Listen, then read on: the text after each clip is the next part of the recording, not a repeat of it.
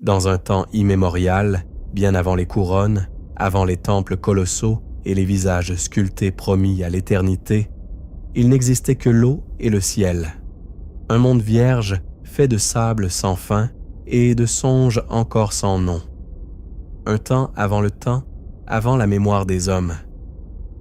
Là, un fleuve, encore dépourvu de toute sainteté, avançait humblement entre les dunes infinies.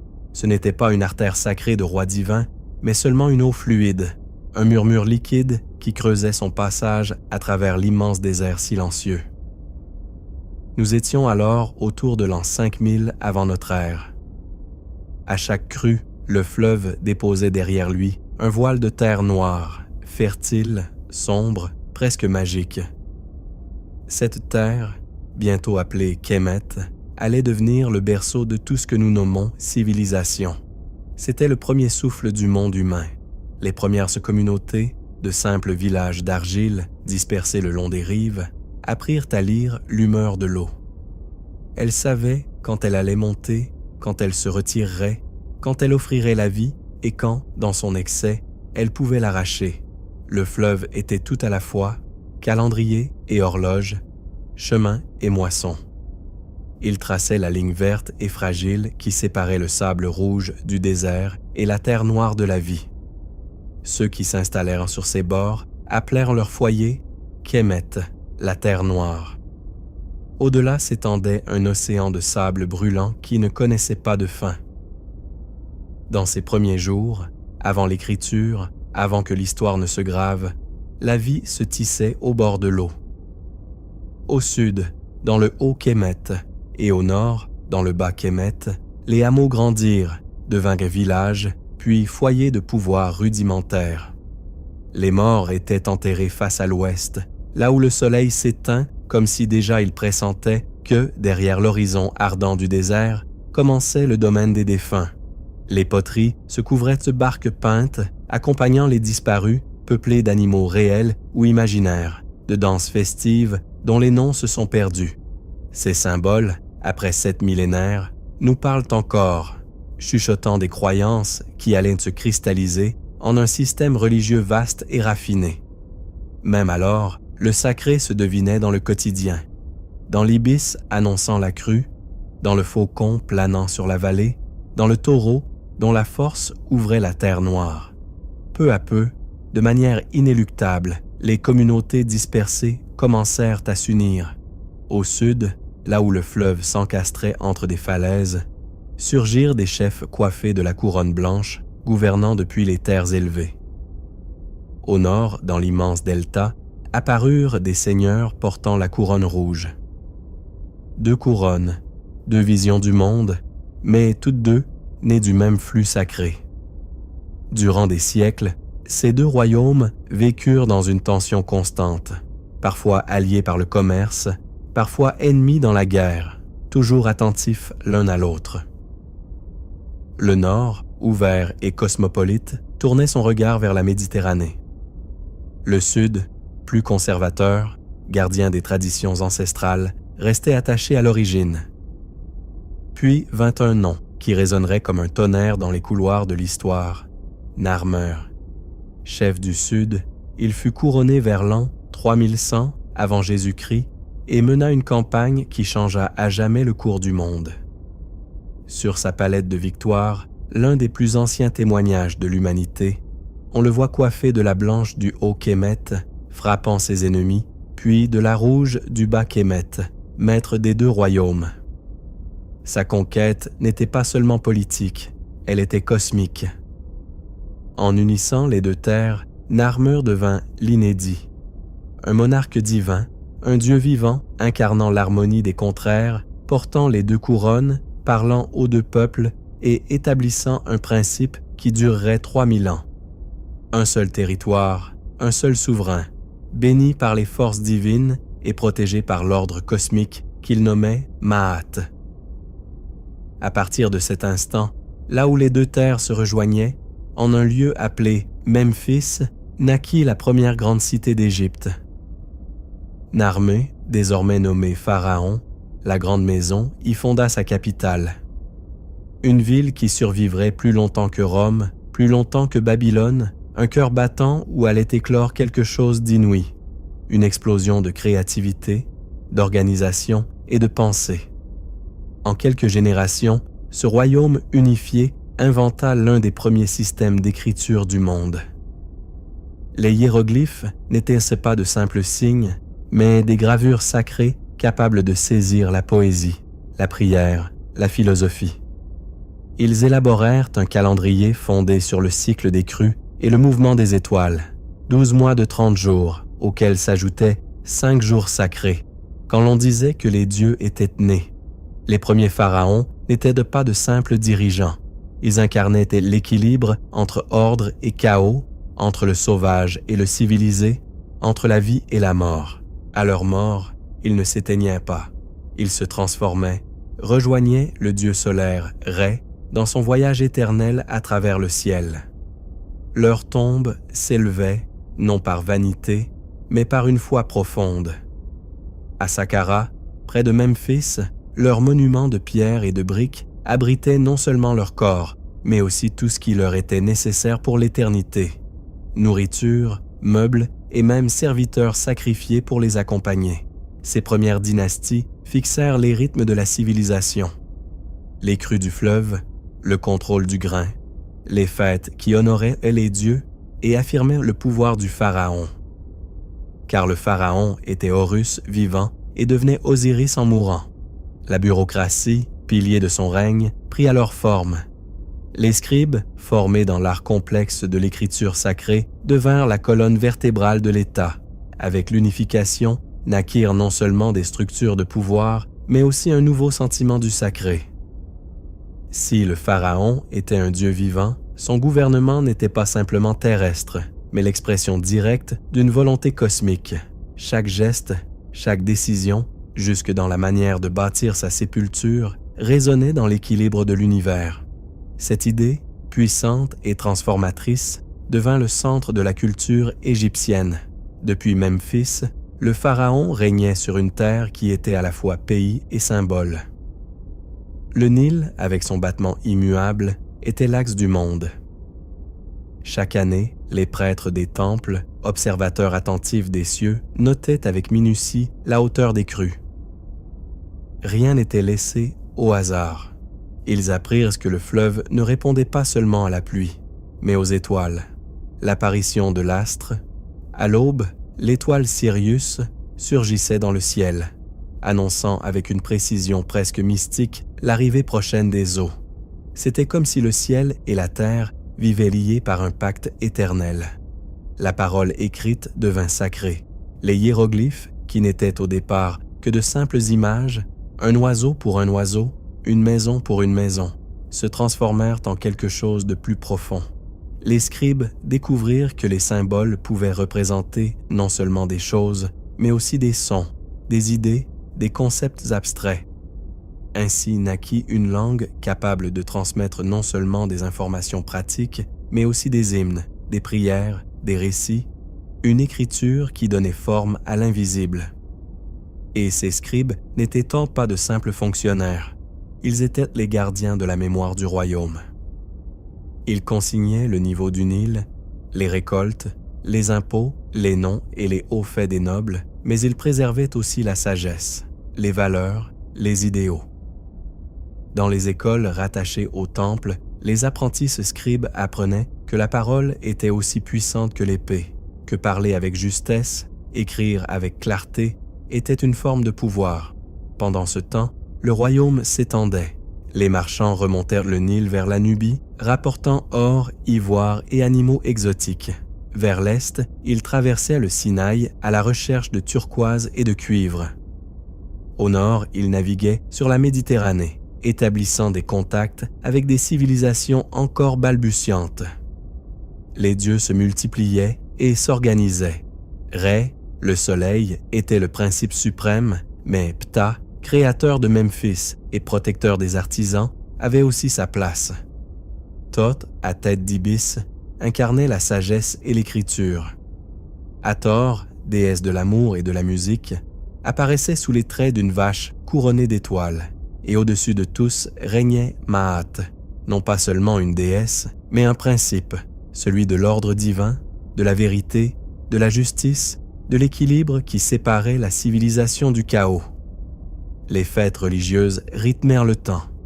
Certaines, comme la grande procession d'Opet entre les temples de Karnak et de Luxor, mettraient encore des siècles à s'institutionnaliser. Mais déjà, les dieux étaient portés en procession, sortis de leur sanctuaire, présentés au peuple, invités à se mêler aux fidèles. On croyait que même les dieux devaient voyager, être vus, renouveler leur force au contact des humains. Les pharaons participaient eux aussi à ce cycle de régénération. Certains chercheurs pensent que, dès ces premiers siècles, existait déjà le festival Sed, un rituel de mort symbolique et de renaissance qui permettait au souverain de prolonger son règne et de retrouver sa vigueur spirituelle. C'était la mise en scène dramatique d'une idée plus profonde. Le pharaon devait mourir et renaître sans cesse pour que le cosmos poursuive son cours. L'art commença à affirmer un style propre. Il n'était pas purement décoratif, il avait une fonction religieuse, magique. Les sculptures et les fresques montraient des figures de face, le torse frontal, mais le visage de profil. Les hommes posaient le pied gauche en avant, les femmes restaient les pieds joints. Ce n'était pas une contrainte technique, mais une théologie visuelle, une manière de représenter l'éternité plutôt que l'instant. Pour ces anciens Égyptiens, la mort n'était pas une fin, mais une transition, le commencement d'un voyage. Celui qui mourait ne s'éteignait pas. Il traversait vers l'autre rive, et s'il avait vécu selon Maat, il pouvait goûter au bonheur éternel. Pour cela, il fallait que le corps fût reconnu par l'âme. Ainsi naquit l'une des pratiques les plus singulières de cette civilisation, la momification, ce geste à la fois tendre et désespéré, visant à préserver le corps afin que l'âme sache où revenir. Dans les ateliers de Memphis, les artisans travaillaient l'or, l'ivoire et la pierre avec une virtuosité presque surnaturelle. Ils façonnaient des bijoux qui racontaient des histoires, des figures capables de retenir l'essence de ce qu'elles représentaient. L'art détenait un pouvoir. La palette de Narmer, sculptée avec une précision obsessionnelle, était à la fois chef-d'œuvre, archive historique et objet magique. Son but n'était pas seulement de montrer une victoire, mais d'assurer que cette victoire perdurerait pour l'éternité. Les souverains des premières dynasties comprirent que le pouvoir devait être ressenti et vu. Gouverner ne suffisait pas. Il fallait être le centre visible de l'univers. Ainsi naquirent les complexes funéraires où les courtisans étaient enterrés aux côtés du roi. Non par cruauté, mais par ordre cosmique. De même qu'en vie, ils tournaient autour du pharaon, ils continuèrent de le faire dans la mort. Même le Nil fut mesuré, étudié, compris. Il n'était plus seulement le donateur de vie, il devenait un mystère à déchiffrer. Les prêtres remarquèrent que l'instant précis de sa crue coïncidait avec l'ascension d'une étoile, Sirius. Avec cette découverte, naquit une science qui liait le ciel et la terre. La parole devint loi, et la loi le reflet de l'ordre divin. Dans ce système naissant, où le pharaon était à la fois roi et Dieu, gouverner dépassait l'administration. C'était maintenir l'équilibre fragile entre vie et mort, ordre et chaos. Chaque décision, chaque monument, chaque décret avait une finalité pratique, mais aussi une résonance cosmique. Peu à peu, la civilisation se dota d'une structure. Tout en haut, le pharaon, incarnation vivante d'Horus, protecteur du royaume. À ses côtés, une cour d'officiers, de vizirs, de gouverneurs, de prêtres. Tous instruits, tous lettrés, tous conscients que servir le roi, c'était servir le cosmos. L'art d'écrire, réservé à une minorité, devint l'outil fondamental de l'État. Les scribes étaient l'âme invisible de la machine. Ils n'étaient pas de simples copistes, mais les gardiens du savoir, les archivistes du monde. Les textes n'étaient pas que récits, ils réglèrent les rituels, fixaient les calendriers, conservaient la sagesse des générations. Ils enseignaient comment se conduire avec humilité, comment parler avec justesse, comment vivre selon Mahat. L'un de ces textes, composé bien plus tard, mais reflet de cet esprit naissant, affirmait « Aiguise ta langue, car la parole est plus forte que l'épée ». Ce n'était pas une métaphore, c'était une vérité. Dans une culture où le discours était sacré, bien parler s'était déjà régné. Et pendant ce temps, la vie suivait son rythme dans les villages du Nil. Les paysans savaient quand planter et quand récolter. Ils savaient quand le fleuve viendrait et quand il regagnerait son lit. Ils utilisaient de simples leviers pour puiser l'eau et l'amener jusque dans les champs que le Nil n'atteignait pas naturellement. Ils apprivoisèrent les animaux qui deviendraient ensuite des divinités, les taureaux qui labouraient la terre, les chats qui protégeaient les greniers des rongeurs, les chiens qui gardaient les foyers et chassaient dans le désert. Les maisons s'alignaient selon les points cardinaux, leurs toits plats servant de dortoir pendant les nuits brûlantes. Les rues, orientées avec soin, reflétaient l'idée que la terre devait être le miroir du ciel, une image fidèle de l'ordre supérieur. Dans les marchés s'échangeaient des biens venus de tous les horizons du monde connu. Le bois de cèdre du Liban, le lapis lazuli d'Afghanistan, l'or des lointaines collines de Nubie, où des hommes à la peau sombre arrachaient le métal sacré aux roches. La religion n'était pas une doctrine figée, mais une expérience continue, tissée dans chaque geste de la vie. Les divinités, multiples, commencèrent à s'unir en un système cohérent. Hathor, déesse de l'amour et de la joie, semblait née de la relation intime entre les anciens pasteurs et leur bétail. Horus, le faucon protecteur du pharaon, incarnait la réponse à la puissance du regard de ces oiseaux qui planaient au-dessus de la vallée.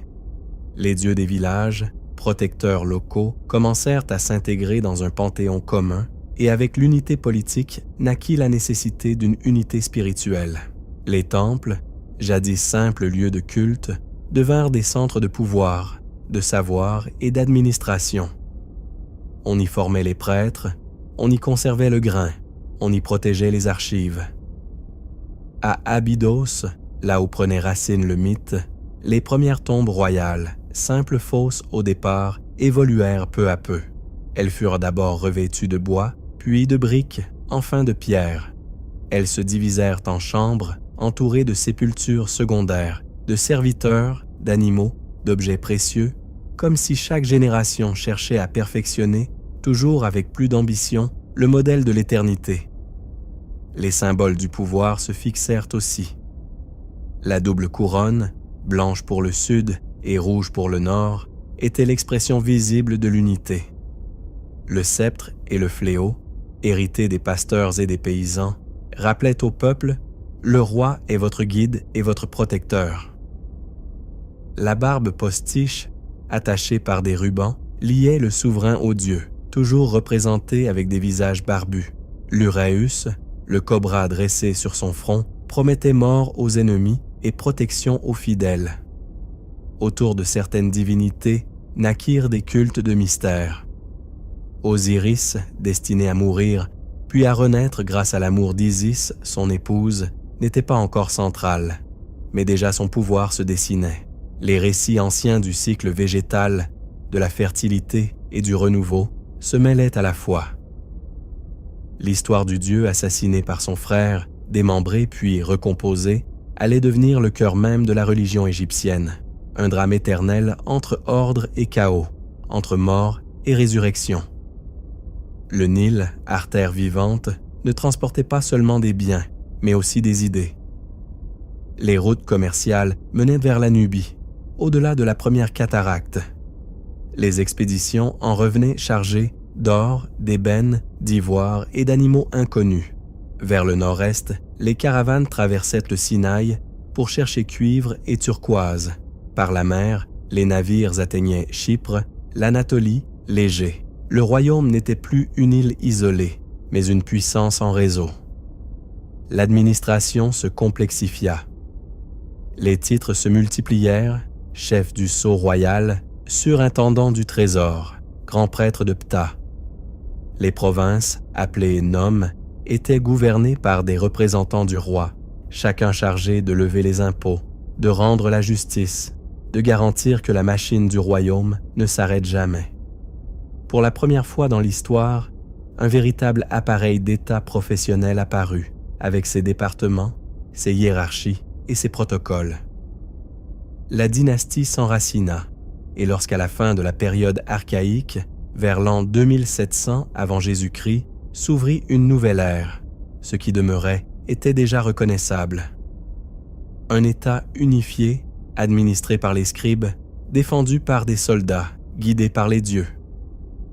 Le Nil l'alimentait, le soleil de Ré l'ordonnait, la parole écrite l'immortalisait, et au centre de tout battait l'idée que chaque chose avait sa place, son rôle, son ordre.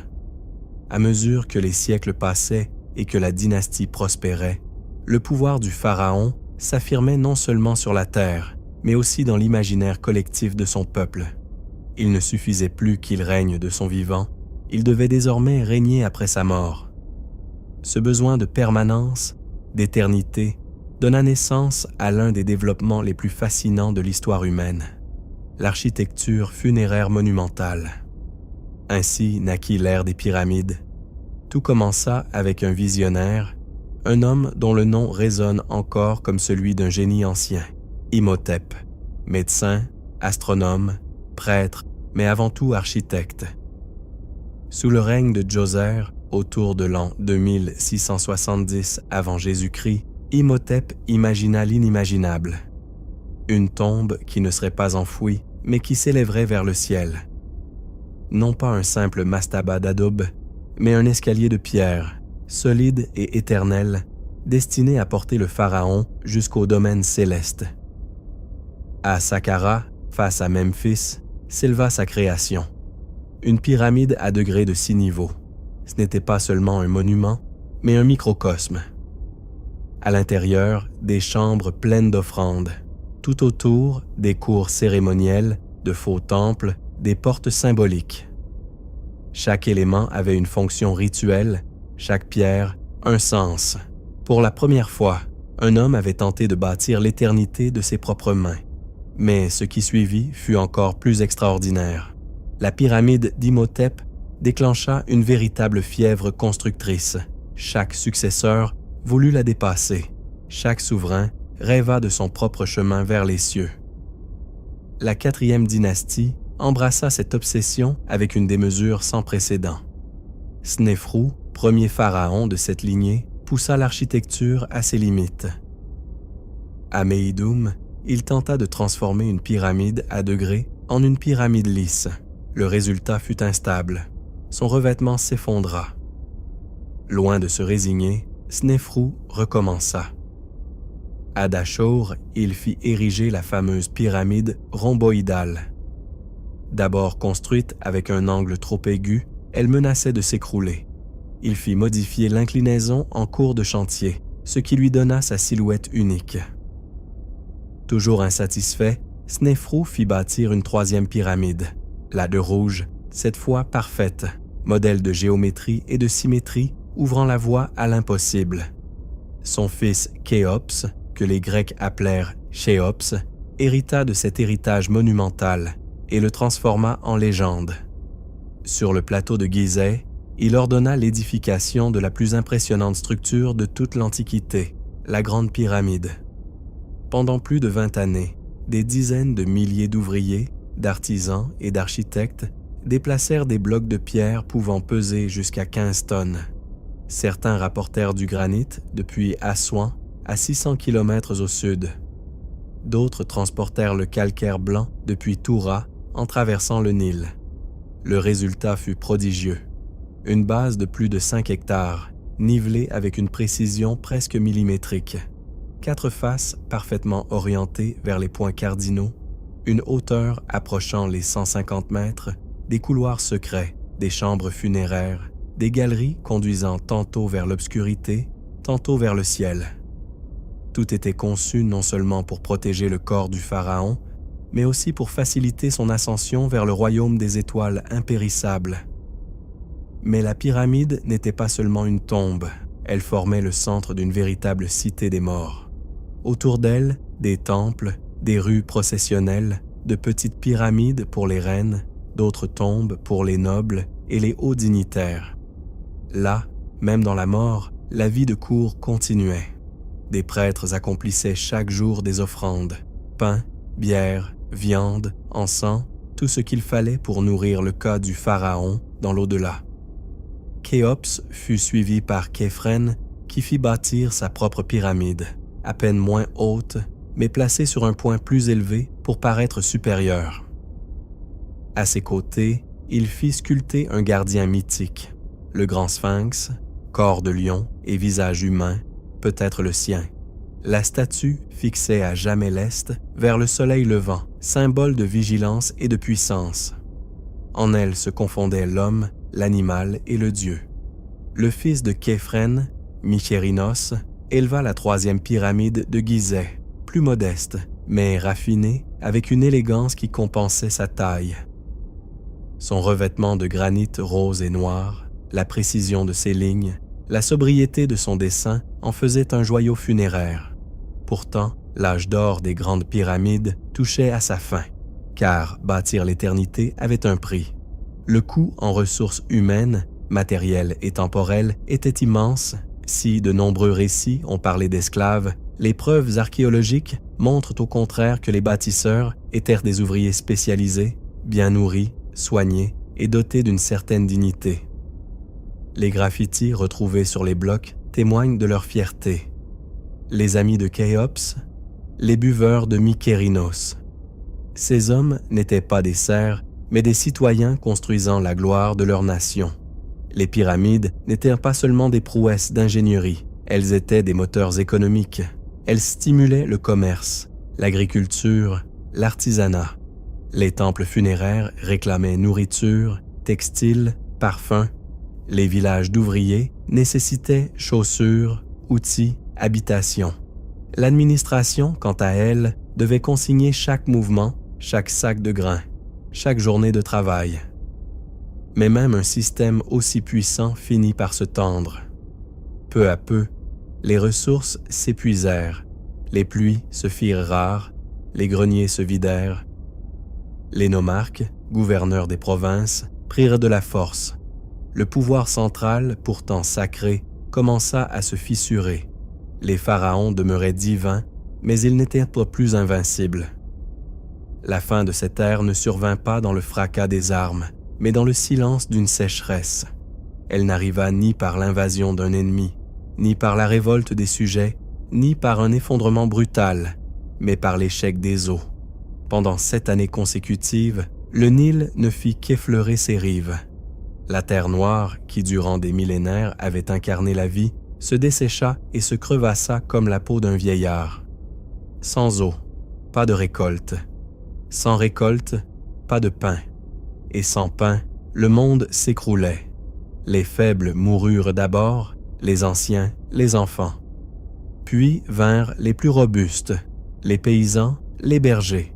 Les villages autrefois pleins de chants et de rituels se couvrirent de silence. Les marchés fermèrent, les caravanes cessèrent d'arriver, les bateaux désertèrent le fleuve. Le pharaon, jusque-là protecteur divin, fut perçu comme absent, impuissant, incapable de contenir la faim. Les greniers royaux, conçus pour endurer de mauvaises saisons, ne suffisaient si plus face à une sécheresse prolongée. Mais le plus dévastateur ne fut pas la pénurie, mais ce qu'elle révéla. Des décennies de construction monumentale avaient vidé les réserves du royaume. La foi absolue dans la figure du pharaon, poussée à l'extrême, avait engendré une structure incapable de s'adapter. Le centre n'arrivait plus à soutenir les bords. Les nomarques, jadis soumis au roi, commencèrent à agir seuls. Certains dissimulaient le grain, d'autres armaient leurs hommes. Tous, peu à peu, s'éloignèrent du trône. L'ordre qui avait soutenu une civilisation pendant des siècles se dissout en poussière. Les structures s'effondrèrent de l'intérieur. Les scribes cessèrent de consigner les offrandes, car il n'y avait plus rien à offrir. Les temples fermèrent leurs portes, leurs autels demeurèrent vides. Même les dieux semblaient avoir tourné le dos à leur peuple. Le concept de Ma'at, équilibre, justice, harmonie, se brisa, et avec lui, l'identité même de l'Égypte. Les chroniques de l'époque, préservées sur des papyrus millénaires, décrivent un monde renversé. La terre tourne comme le tour du potier, lit-on. Les pauvres portent le lin fin, les nobles des haillons, le fils frappe le père, le voleur devient juge. On parle d'enterrements bâclés, sans offrande ni rituel, de tombes pillées, de cadavres abandonnés dans les rues. Le sacré était profané, l'éternel abandonné. Pourtant, dans cette fin apparente, germait un renouveau. Là où le pouvoir central s'effondrait, surgissait la nécessité de s'adapter. Les villages isolés apprirent à s'autogérer. Des conseils locaux prirent les décisions. Les artisans, privés de matériaux précieux, inventèrent de nouvelles techniques. Les scribes, affranchis du contrôle rigide du palais, commencèrent à écrire non plus seulement ce qu'on leur ordonnait, mais ce qu'ils pensaient. L'écriture se démocratisa. Le hiéroglyphe sacré céda la place à des formes plus rapides, plus pratiques, l'hiératique, puis plus tard le démotique. Pour la première fois, des hommes non liés à la cour purent apprendre à lire et à écrire, et cela transforma la manière de penser. La religion, elle aussi, changea. Les textes funéraires, autrefois réservés aux pharaons, apparurent dans les cercueils des nobles, des marchands, des artisans. L'au-delà, jadis privilège divin, devint accessible à quiconque pouvait se payer un embaumement convenable. Les dieux se rapprochèrent du peuple. Osiris, seigneur des morts, jadis figure distante, devint modèle, mourir, être démembré, puis renaître grâce à l'amour d'Isis, une histoire qui parlait à l'âme humaine. Un dieu souffrant, tué par son frère, ressuscité par sa famille. Quoi de plus proche pour un peuple brisé par le chaos? La littérature de cette époque en témoigne. Il n'y a plus d'hymne à la gloire royale, mais des réflexions sur la misère, la peur, le doute. Dans le dialogue d'un homme avec son âme, un Égyptien désespéré discute avec son propre esprit, se demandant s'il vaut encore la peine de vivre. Dans la prophétie de Néferti, un sage annonce la fin de l'ordre et la venue d'un sauveur. Ces textes, d'une profondeur philosophique rare, révèlent que la pensée égyptienne n'était pas figée, mais capable d'autocritique et de renaissance. Pendant plus d'un siècle, le royaume se fragmenta. Des centaines de seigneurs régnaient sur de petits territoires. Certains se faisaient encore appeler pharaons, d'autres se contentaient du titre de chef. Quelques-uns étaient sages, d'autres tyranniques. On se battait pour des canaux d'irrigation, pour des routes commerciales, parfois pour un simple honneur blessé. Mais peu à peu, du chaos émergèrent de nouveaux foyers de pouvoir. Au sud, dans la ville de Thèbes, une lignée noble parvint à résister. Avec patience, elle reconstruisit des temples, répara des canaux, relança le commerce. Son autorité s'étendit, sa vision s'élargit. Elle comprit que la réunification ne pouvait reposer seulement sur la force, mais aussi sur le retour aux anciennes idées. Ma'at, l'ordre, la vérité, la justice. L'un de ses chefs, Montuhotep, marcha vers le nord. Son but n'était pas de conquérir, mais de restaurer. À chaque cité qui se ralliait, il plaçait des administrateurs compétents, rouvrait des temples, réorganisait l'administration. Quand il prit Héracléopolis, dernier bastion du pouvoir septentrional, ce fut sans destruction, une réunification, non une imposition. Ainsi naquit le Moyen Empire. Et si rien ne redevint exactement comme avant, cette ère nouvelle naquit avec une lucidité que l'ancienne n'avait jamais connue. Les Égyptiens avaient appris que l'éternité devait être souple, que même les dieux pouvaient se renouveler, que même un royaume de pierre pouvait se briser et renaître. Le Moyen Empire ne fut pas une répétition, mais une évolution. Issu du traumatisme, guidé par la mémoire d'un effondrement, il ne rêvait pas de gloires immuables sculptées dans la pierre, mais d'une administration solide, d'une justice tangible, d'une harmonie construite jour après jour. Depuis Thèbes, Montuhotep inaugura cette ère par un geste à la fois politique et symbolique. Il reprit le titre de seigneur des deux terres et restaura les pratiques rituelles qui avaient forgé l'unité depuis des siècles. Mais ce qui suivit ne fut ni un règne autocratique ni une obsession monumentale. Le centre d'attention glissa de la tombe colossale vers le bien-être quotidien. L'architecture funéraire ne disparut pas, mais elle se transforma. Au lieu de pyramides gigantesques, on creusa des tombes dans la roche, discrètes, protégées. L'éternité ne se proclamait plus au grand jour, elle se bâtissait dans le silence, sous la pierre. Les pharaons du Moyen Empire, en particulier ceux de la 11e dynastie, comprirent que la stabilité exigeait davantage que des symboles. Il fallait une irrigation efficace, des frontières sûres, une économie diversifiée. Amenemhat, stratège, déplaça la capitale plus au nord et fonda Ichtaoui, près de l'oasis du Fayoum. C'était une décision politique. De là, il pouvait surveiller à la fois le cœur agricole et les routes commerciales. L'administration se perfectionna. Les nomarques, jadis devenus de petits seigneurs féodaux, furent étroitement surveillés. Certains remplacés par des fonctionnaires loyaux, d'autres intégrés dans une hiérarchie centralisée. Les impôts furent systématisés, les recensements réguliers. Pour la première fois, l'État devint pleinement conscient de lui-même.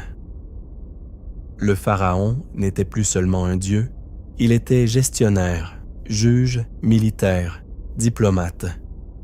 Le titre restait divin, mais l'exercice du pouvoir devenait toujours plus terrestre. Les textes qui nous sont parvenus en témoignent. Des manuels de conduite, des instructions de sagesse, des traités d'éthique furent rédigés. Dans l'un d'eux, un roi écrit à son fils « Méfie-toi de tes alliés. Observe tes serviteurs. Un frère peut devenir ennemi. Un ami, traître. » La voix d'un souverain qui ne se croit plus immortel, mais vulnérable. Le pouvoir s'humanisait, et c'est cela qui le rendait plus fort. Sur le plan militaire, les pharaons du Moyen Empire comprirent que l'isolement était un luxe du passé. Il ne suffisait plus de tenir le Nil. Il fallait regarder au-delà, vers la Nubie, riche en or et en minerais, vers le Sinaï, plein de ressources stratégiques, vers le Levant, où d'autres cultures s'affirmaient. De grandes forteresses furent construites le long du Nil méridional. Certaines, comme celle de Bouenne, ressemblaient davantage à des citadelles qu'à des remparts. Elles n'assuraient pas seulement la protection, elles incarnaient présence, vigilance, souveraineté. Sur le plan artistique et littéraire, le Moyen Empire atteignit une maturité sans précédent. L'art devint introspectif. Les statues, tout en gardant une part d'idéalisation, osèrent démontrer rides, fatigue, retenue, comme si l'art cessait de représenter les dieux pour commencer à représenter les hommes. La littérature s'épanouit. Des récits, comme l'histoire du naufragé chanceux ou le récit de Sinoué, n'étaient pas des hymnes royaux, mais des histoires intimes, pleines d'émotions, de doutes et de leçons morales. Chacun pouvait s'y reconnaître, non comme sujet, mais comme être humain. La religiosité s'approfondit également. Ammon, dieu local de Thèbes, s'éleva au-dessus des autres. Son culte se diffusa, son image se fondit avec celle de Ré, le dieu solaire. Ainsi naquit Amon-Ré, divinité qui unissait l'invisible et le visible, l'air et le feu, le local et l'universel. Les prêtres de Thèbes devinrent puissants, gardiens non seulement des rituels, mais de la légitimité elle-même. Le Fayoum, transformé grâce à un ambitieux réseau de canaux, passa de marécages à jardins fertiles. De nouvelles techniques agricoles virent le jour. La population augmenta, et avec elle le commerce, la diversité, le mouvement. Les artisans façonnaient des objets d'une beauté délicate, les scribes noircissaient les papyrus de listes, d'hymnes, de contrats, de contes. L'Égypte du Moyen Empire était moins éclatante que celle des pyramides, mais infiniment plus consciente, rationnelle, attentive. Et pourtant, même cet équilibre avait ses limites. La centralisation, bien qu'efficace, restait fragile. La succession des pharaons demeura stable, jusqu'à ce qu'elle ne le soit plus. Avec la 13e dynastie, commencèrent les troubles, plus de 50 rois en un seul siècle. Certains ne régnèrent que quelques mois, d'autres ne quittèrent jamais leur capitale. Le pouvoir se dilua, l'administration devint inefficace. Les nomarques reprirent leur autonomie. Dans le delta, de nouveaux acteurs apparurent, des groupes venus du Levant. Cananéens, Syriens, s'installèrent dans les villes, d'abord comme marchands, puis comme artisans, enfin comme seigneurs. Ils apportèrent de nouveaux outils, de nouvelles langues, de nouveaux dieux et une innovation qui allait bouleverser le champ de bataille, le cheval et le char de guerre. Ainsi, dans un climat d'instabilité interne et de pression extérieure, commença à se préparer un nouvel effondrement, plus lent, plus complexe. Ce ne fut pas une chute brutale, mais une lente usure, un affaiblissement progressif. La terre, jadis symbole d'éternité, se fragmentait de nouveau. La rupture du Moyen Empire ne fut pas aussi brutale que celle de l'Ancien.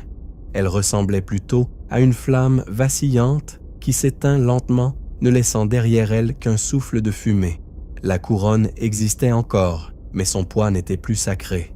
Le pharaon portait toujours le titre de seigneur des deux terres, mais les deux terres ne se reconnaissaient plus en lui.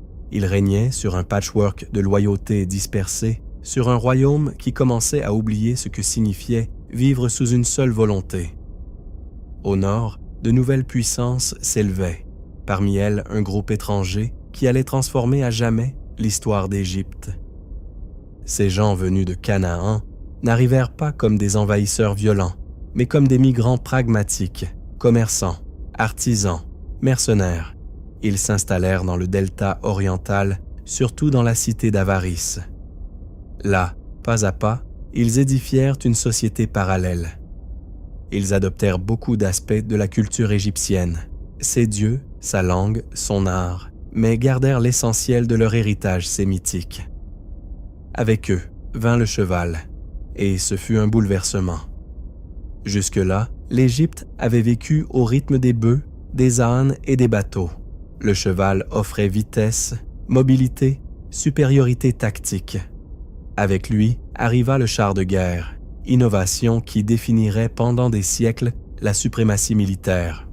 Les Hyksos non seulement l'introduisirent, mais le perfectionnèrent. Au départ, les pharaons du Sud tolérèrent cette présence. Trop préoccupés par leurs propres luttes internes, ils ne voyaient en eux qu'une nuisance lointaine. Mais cette présence devint domination. Les Hyksos étendirent leur influence, prirent des villes, contrôlèrent des routes commerciales et finirent par se proclamer rois. Ils revendiquèrent même le titre de pharaon. Ce fut une humiliation historique. Pour la première fois, le trône d'Égypte était occupé par des étrangers installés, organisés, efficaces. Pendant près d'un siècle, l'Égypte resta un royaume divisé. Le nord sous domination Hyksos, le sud tenu par des souverains thébains qui luttaient pour retrouver leur indépendance. Dans ce contexte, émergea une nouvelle génération de chefs du Sud, décidés à renverser le destin. Parmi eux, Sékénenré Taha, dont le corps momifié porte encore les traces d'une mort violente. Fracture du crâne, blessure profonde, probablement tombé au combat ou exécuté après capture. Sa mort, cependant, alluma une flamme. Son fils, Kamosé, reprit la lutte, réorganisa l'armée, étudia les tactiques ennemies, se prépara non seulement à résister, mais à reconquérir. Mais ce fut sous le règne d'Amosis, frère cadet de Kamosé, que la résistance devint victoire. Avec méthode, il assiégea Avaris, coupa ses lignes de ravitaillement, épuisant l'ennemi jusqu'à l'expulsion finale. Son triomphe fut autant militaire que symbolique. Il restaura l'unité, purifia le trône et inaugura une nouvelle ère, le Nouvel Empire. Ce nouvel empire ne ressemblerait à rien d'antérieur. Les Égyptiens, après avoir été gouvernés par des étrangers, avaient compris une vérité fondamentale. La sécurité ne pouvait plus dépendre de la passivité. L'isolement, autrefois vertu, était devenu faiblesse. Il fallait désormais regarder vers l'extérieur, non seulement avec curiosité, mais avec intention. Ahmosis réorganisa l'armée, institua une hiérarchie professionnelle, renforça les frontières, consolida les liens avec la Nubie, non plus simple vassal, mais allié stratégique. Dans ses campagnes, il posa les fondations d'un véritable empire, doté de provinces, de garnisons, de colonies, d'alliances. Son successeur, Amenhotep Ier, consolida ses réformes. Puis Thoutmôsis Ier porta l'expansion à son paroxysme. Il franchit l'Euphrate, établit des garnisons en Syrie, conquit de vastes régions de Nubie. Sous son règne, l'Égypte cessa d'être un royaume du Nil pour devenir une superpuissance du monde ancien. Cette nouvelle ère apporta une richesse sans précédent. L'or affluait du sud, les tribus venaient de l'est, les palais se remplissaient d'ivoire, de bois précieux, de textiles raffinés. Mais au-delà du luxe, une révolution idéologique se produisit. Le pharaon n'était plus seulement garant de l'ordre intérieur, il devenait garant d'un ordre mondial. Son pouvoir ne venait pas seulement des dieux, mais de ses victoires. L'architecture refléta ce changement. À la place des pyramides, on érigea des temples monumentaux. Karnak devint le plus vaste complexe religieux jamais bâti par l'homme. Chaque pharaon y ajoutait cours, salles, obélisques, colonnes. Une œuvre sans fin, comme pour témoigner non pas d'une tombe éternelle, mais d'une éternité en expansion. La nécropole royale se transforma aussi. Les pharaons du Nouvel Empire ne voulaient plus de tombeaux visibles, vulnérables au pillage. Ils choisirent une vallée cachée, aride et silencieuse, la vallée des rois. Là, dans des chambres creusées dans la roche, reposèrent de les grands souverains, parmi eux des noms que nous connaissons encore. Hatshepsut, la femme pharaon. Thoutmôsis III, le Napoléon égyptien. Ramsès II, le grand bâtisseur. Hatshepsut fut une anomalie éclatante. Fille de Pharaon, épouse de Pharaon, régente, puis Pharaon elle-même. Elle fit édifier l'un des plus beaux temples de l'Antiquité, Deir el-Bahari, adossé aux falaises thébaines. Son règne fut pacifique, prospère, diplomatique. Elle envoya des expéditions au pays de Pont, mystérieux royaume de la Corne d'Afrique, rapportant encens, myrrhe, animaux exotiques. Son image, coiffée de la barbe postiche et de la couronne masculine, était à la fois transgressive et sacrée.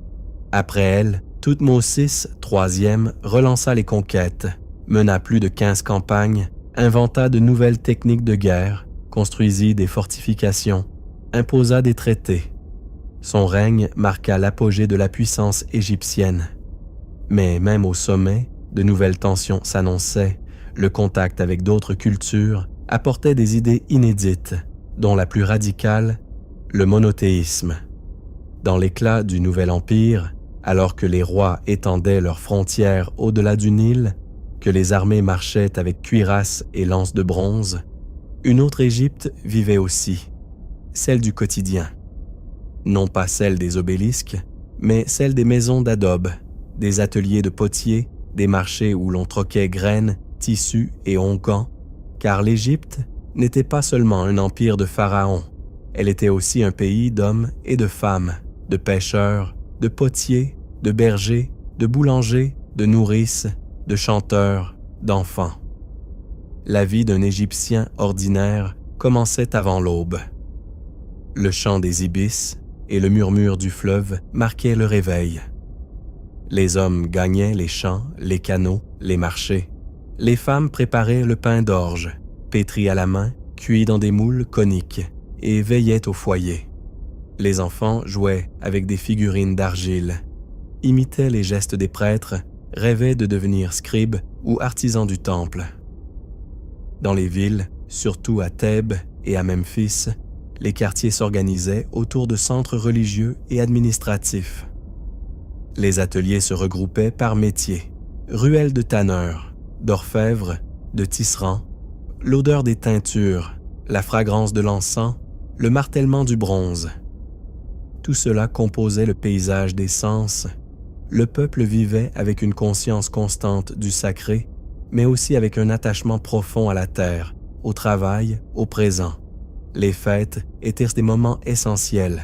Lors des grandes processions religieuses, comme la fête d'Opet, les dieux sortaient de leur sanctuaire portés sur des barques dorées, soulevées par prêtres et soldats. Le peuple les accompagnait de chants, de danses, d'offrandes.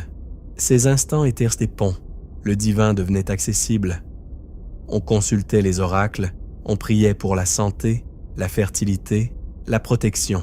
La religion imprégnait chaque aspect de la vie, mais n'était pas un dogme figé. Elle était pratique vivante, souple, en mouvement. Chaque foyer avait son autel domestique. Chaque famille honorait une divinité tutélaire. Les paysans demandaient la pluie à Mine, les pêcheurs invoquaient Sobek, dieu crocodile, les mères appelaient Taouré, déesse hippopotame aux pattes de lion, protectrice des naissances. Au centre de tout se trouvaient les temples, lieux de culte, mais aussi pôles économiques, culturels, éducatifs. On y stockait le grain, on y tissait les vêtements, on y formait les scribes, on y soignait les malades. Le clergé était nombreux, certains prêtres servaient chaque jour, d'autres par roulement mensuel. Tous suivaient des règles strictes, propreté rituelle, précision des chants, exactitude du geste, qu'il s'agisse d'offrir une fleur de lotus ou de brûler la myrrhe. Le dieu Amon, surtout, était devenu omniprésent. Sans forme visible, mais puissant, il s'était uni à Ré, le soleil. Son temple de Karnak était une ville dans la ville, avec ses milliers d'employés, ses champs, ses flottes, ses écoles. Le grand prêtre d'Amon possédait en pratique un pouvoir aussi grand que celui du pharaon, parfois plus, car il détenait à la fois la parole divine et les richesses. Les artisans vivaient en communautés organisées. La plus célèbre, Deir el-Médineh, regroupait les ouvriers qui creusaient les tombes royales. Leurs maisons étaient alignées avec soin, leurs journées rythmées par le soleil et le tambour, leurs murs couverts d'inscriptions, de poèmes, de dessins. C'était une communauté lettrée, fière, consciente de sa mission sacrée. Ils travaillaient dans l'ombre, avec de simples outils, mais créaient des merveilles, peintures encore éclatantes aujourd'hui, tombes où l'âme du pharaon pouvait s'envoler tel un oiseau. En amour, les Égyptiens étaient sensibles et expressifs. Les papyrus ont gardé des poèmes d'une tendresse presque moderne. « Ta voix est miel », écrit une jeune femme. « Ton pas est musique quand tu t'éloignes. Mon cœur est un nid vide. » L'amour était célébré, la sensualité acceptée, le couple valorisé. Le mariage était un contrat, mais aussi un lien affectif. Et dans cette civilisation de temples, d'armées et de poésie, la mort demeurait une préoccupation centrale, non par peur, mais par continuité. Bien vivre signifiait se préparer à bien mourir. Avoir une tombe, même modeste, était essentiel. Ceux qui ne pouvaient se payer une momification choisissaient des enterrements symboliques, stèles, amulettes, figurines remplaçant le corps. Même parmi les plus humbles, le désir de durer persistait. Cette Égypte du Nouvel Empire, à son apogée, était à la fois sophistiquée et familière, puissante et sensible, capable d'ériger des obélisques de granit et d'écrire des vers d'amour sur un papyrus usé. Un monde où l'éternel et l'éphémère coexistaient en équilibre, où la pierre et le cœur parlaient le même langage. Au milieu de ce faste naquit un pharaon qui allait bouleverser les règles, non par l'épée, mais par une idée. Un roi jeune, rêveur, radical, héritier d'une tradition millénaire, décida de s'en écarter. Il rejeta le pouvoir des prêtres d'Amon, confisqua leurs richesses, ferma leurs temples et proclama une nouvelle divinité. Aton, le disque solaire. Non un dieu à tête animale, non une figure parlant en songe, mais le soleil lui-même, source de lumière, de chaleur et de vie. Il fonda une nouvelle capitale, Akhétaton, Amarna, surgit du désert. Il la bâtit en hâte, avec foi. Là, auprès de son épouse Néfertiti, il encouragea un art différent, plus naturel, plus intime. On le représentait avec ventre arrondi, visage allongé, gestes tendres. Aton embrassait ses filles, Néfertiti lui tenait la main. C'était un pharaon humain, un homme parmi les hommes. Mais sa vision était trop neuve, trop étrangère à une tradition 2 fois millénaire. Le peuple le suivit, mais sans ferveur. Les prêtres déchus attendaient, et quand Akhenaton mourut, probablement seul, son rêve s'éteignit comme le soleil couchant. Son successeur fut un enfant, Toutankhamon. D'abord nommé Toutankhaton, il redevint rapidement Toutankhamon. Il rouvrit les temples d'Amon, restitua les privilèges, remit en marche la grande machine. Il mourut jeune, peut-être malade, peut-être accidenté. Enterré dans une tombe modeste, oublié des siècles, son sommeil fut troublé au XXe siècle, lorsqu'on découvrit son trésor intact. Son masque d'or, ses sandales, ses objets funéraires devinrent les symboles éternels d'un monde disparu. Après lui, le pouvoir se fit instable. Généraux, prêtres, courtisans se succédèrent sur le trône, jusqu'à ce qu'un nom éclipse tous les autres. Ramsès II, dit le Grand. Son règne dura plus de 60 années. Il fit ériger des temples colossaux. Abou Simbel, et c'est ce statue gigantesque taillé dans la roche. Le Ramesséum, son temple funéraire, des ajouts à Karnak, à Luxor, presque dans chaque cité. Son nom, répété des milliers de fois, semblait vouloir défier l'oubli. Mais Ramsès ne fut pas seulement bâtisseur. Habileté diplomatique, il affronta l'empire hittite, puissant rival. Après la bataille de Kadesh, indécise militairement, mais gravée comme victoire épique sur les murs de ses temples, il signa le premier traité de paix connu de l'histoire, un pacte de respect mutuel scellé par une alliance matrimoniale. Sous son règne, l'Égypte atteignit son ultime apogée. Vaste, riche, influente. Mais même les sommets s'érodent. Après sa mort, la grande machine commença à s'essouffler. Les prêtres d'Amon reprirent le contrôle. Les temples grandissaient encore, mais les réserves s'amenuisaient. Les incursions étrangères, jadis contenues, s'intensifièrent. Libyens, peuple de la mer, Nubiens. Le commerce devint incertain, les frontières poreuses, l'administration se fragmenta, les guerres internes reprirent. Le clergé, devenu un pouvoir parallèle, plaça même de grands prêtres sur le trône. Ce n'était plus une couronne divine, mais une lutte d'intérêts. Le pharaon, autrefois médiateur entre le ciel et la terre, n'était plus qu'une figure cérémonielle. Ainsi, lentement, l'Égypte perdit sa centralité. Elle fut envahie par les Assyriens, puis par les Perses, ensuite par Alexandre le Grand, et enfin par Rome. Les temples subsistaient, les rituels continuaient, mais le cœur ne battait plus comme avant. La dernière inscription hiéroglyphique connue date de l'an 394 après Jésus-Christ. Puis vint le silence. La langue sacrée fut oubliée, les histoires ensevelies sous le sable. Mais l'Égypte ne disparut jamais. Son écho vécut dans les colonnes grecques, dans les mythes romains, dans les songes de la Renaissance, dans les dunes du désert. Ces monuments attendaient d'être redécouverts. Lorsque Napoléon arriva avec son armée et ses savants, naquit l'obsession moderne. Champollion déchiffra les hiéroglyphes, Carter trouva la tombe de Toutankhamon. Les obélisques furent transportés à Paris, à Londres, à New York. Aujourd'hui, l'Égypte vit dans les musées, dans les livres, dans les documentaires. Mais au-delà du tourisme et du spectacle, quelque chose demeure intact, la capacité d'émerveillement. Car une civilisation qui dura plus de 3000 ans, qui survécut au climat, à la guerre, à la trahison, à l'oubli, ne peut se réduire à des ruines. L'Égypte fut plus que des temples. Elle fut une manière de regarder le monde, de croire que chaque aube renouvelle l'ordre du cosmos, que la parole a du pouvoir, que la mort n'est pas une fin, mais un voyage, que l'équilibre, la beauté et l'harmonie ne sont pas des désirs, mais des devoirs.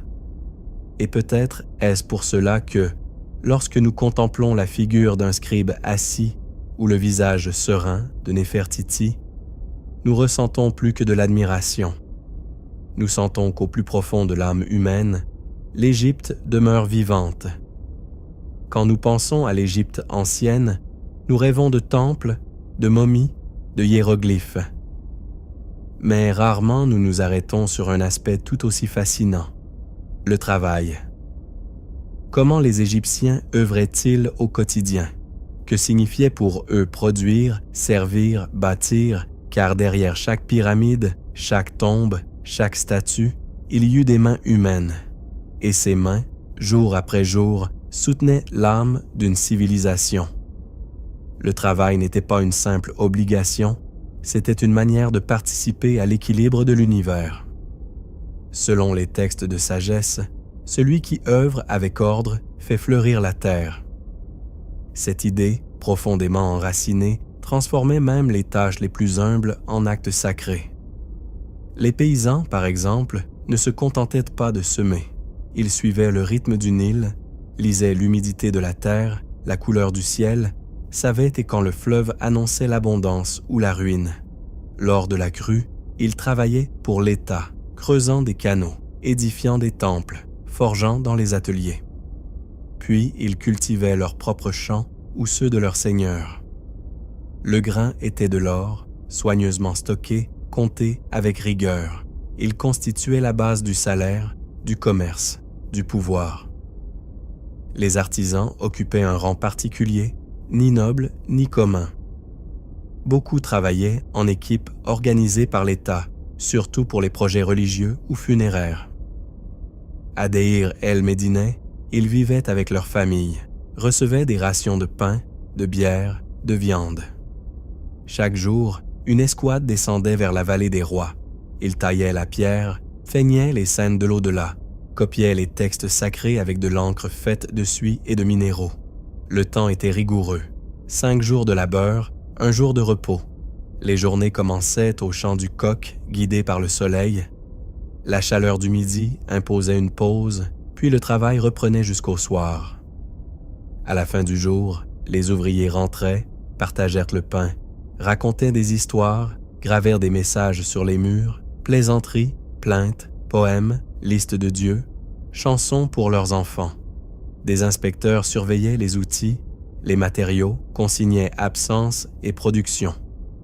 Dans les archives, on trouve des notes touchantes. Absent car sa mère est malade. Souffre de douleurs d'estomac. Parti aux funérailles de son oncle. Ces ouvriers étaient des travailleurs, certes, mais aussi des individus. Et cela, des millénaires plus tard, se ressent encore. Parmi les métiers les plus respectés, celui des scribes. Véritables ingénieurs du savoir, ils apprenaient dès l'enfance dans les écoles annexes au temple. Ils copiaient des listes de mots, de proverbes, de lois, apprenaient à mesurer, à compter, à parler avec élégance. Un scribe pouvait devenir fonctionnaire, diplomate, architecte. Son outil n'était ni marteau ni pioche, mais la pensée. Il y avait aussi des médecins, certains spécialistes du corps, d'autres de l'âme. Ils utilisaient plantes, massages, incantations, mélangeant science et magie sans contradiction. Pour une plaie profonde, de la graisse de crocodile, dit un papyrus. Pour un cœur inquiet, un hymne à Isis et un talisman de lapis lazuli sous la langue. Les femmes travaillaient beaucoup à la maison, oui, mais aussi comme tisserandes, parfumeuses, musiciennes de temple, parfois prêtresses ou médecins. Certaines étaient propriétaires, d'autres commerçantes. Elles n'étaient pas égales aux hommes en droit, mais jouissaient de plus d'autonomie que dans bien d'autres cultures antiques. Elles pouvaient hériter, gérer des biens, divorcer, et derrière ce monde d'équilibre et de labeur se trouvaient des pharaons qui n'avaient de pas tous cherché la gloire guerrière. Certains marquèrent leur temps par leur vision intérieure, leur habileté politique, leur amour de l'art ou de la justice. Amenhotep III, le Magnifique, régna sur un âge de paix dorée. Plutôt que des campagnes militaires, il signa des traités. Plutôt que des forteresses, il fit bâtir des temples. Amoureux des arts, de l'architecture, Des lettres, il fit de son palais de Malkata une véritable cité.